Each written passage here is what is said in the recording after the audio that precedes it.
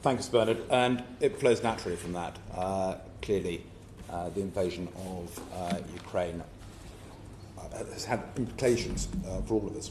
The armed forces get asked to do a great deal. They do it incredibly well. However, my committee's recent report highlighted serious concerns in the event of a war with a peer adversary, including on stockpiles, on resupply, on personnel and training. We need to be ready to deter.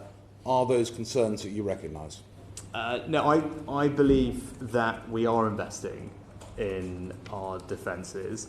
If you look at track record over the last few years, I, as Chancellor, approved the largest uplift in defence spending since the end of the Cold War, £24 billion. Subsequent to that, different events have announced something like £10 billion extra over the next few years, particularly focused on stockpiles, as you rightly mentioned, as an area of focus. Also strengthening our nuclear enterprise, which yesterday's announcement, which we made when I was in Barrow, further does. And we remain the second largest defence spender, not just now, but over the past decade in NATO. And everywhere I go, and the other leaders I talk to, they have nothing but respect and admiration for our armed forces, are keen to do more with us, learn from us, and that's why we've strengthened our military alliances, defence alliances with countries like Japan, like South Korea, and others. Absolutely take the point that we are investing, but clearly a lot has happened since 2020, including Ukraine, to which the Chair referred. The Defence Secretary has referred to us entering into a pre-war world. Against that backdrop, when do we expect to be hitting our 2.5% ambition? We've said we will do that when the conditions allow, but it's worth saying that defence spending is already on an upward trajectory, and we're already due to hit 2.3% of GDP on defence spending. And it's also important to recognise that investments in supporting Ukraine are also investment in our security. I think the Chair made the point at the beginning that collective security in the Atlantic is indivisible. Ukraine's security is our security. And Russia's forces being degraded ultimately is to a benefit for us. What I would say is that the last year or so has made it clear that there is work to be done on defence industrial production, and that's not a UK only concern. That's one concern shared by all our allies across Europe and NATO, which is why we have put specifically more money into munitions, into long-term contracts for things like whether it's NLAWs or Starstreak missiles or 155mm ammunition, which there's been lots of commentary on. And I think that has, what the last year or so has showed that we need to collectively up our game when it comes to defence industrial production. We're making the investments, we're signing the contracts, and I think we can look forward to a very significant increase in the coming months and years. And I agree with that promise, but we really need to. So at the moment, Russia is outgunning Ukraine 5-1 in terms of expenditure of shells. There's recent reports by CNN about how substantially Russia is producing munitions in excess of what the US and Europe are doing. And with 40% of all Russian government expenditure going onto their military, the hot war in Europe, with increasing challenges, as we've discussed, from China and Iran. I know you said earlier to this committee, quite reasonably, the government is about prioritisation, but would you accept that there is a point where we can't afford not to invest more in our national defence?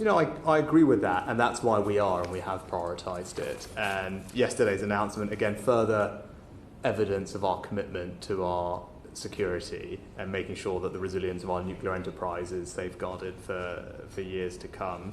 But munitions is a particular issue, and you're right to highlight Russian production.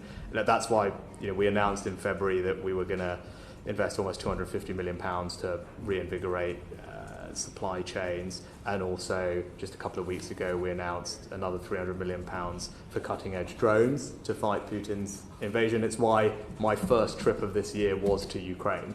Very deliberately, I was the first foreign leader to be there. We were the first major country to announce our financial support for this year, which has increased versus the last 2 years. So that's a sign of my commitment and my prioritisation. But we can't do this alone.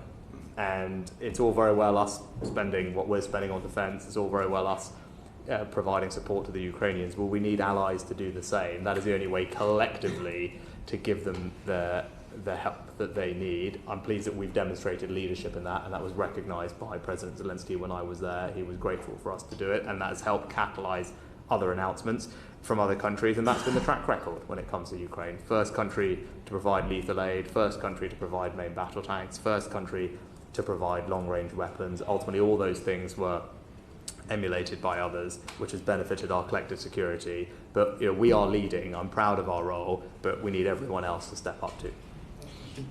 Thank you for that, Prime Minister. I would have liked to have heard a date on 2.5. We will perhaps more. We will persist on that.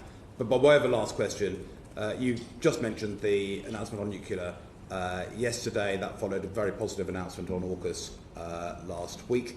But we need an awful lot. We need more nuclear PhDs, more nuclear apprentices. There's the investment in Barrow. There's the work to be done on transport infrastructure. The list goes on. How are you going to institutionalise a cross-government effort to ensure that we can actually generate that national endeavour that we need to do to get where we need to be? All the things that you mentioned are things that were covered by the announcement yesterday, doubling the number of apprenticeships, graduates, PhDs, because you're right, we need all of those, and investing £200 million in the long-term transformation of Barrow, so it's a fantastic place to live, work, raise a family. They do an enormous and important job for us. Everybody there, we owe them a debt of gratitude, and it's right that we're supporting them. I've been chairing specific NSC meetings focused on this since I became Prime Minister. We have strengthened the nuclear enterprise, not just with funding, but with better governance, and we have made it a proper national endeavour, and you can expect that we'll put the governance in place to ensure the delivery of that. There's a fantastic SRO in Maddie who you'll know, who's doing an excellent job, and I think it's now getting the attention and focus that it deserves and needs to ensure we can deliver on the task ahead.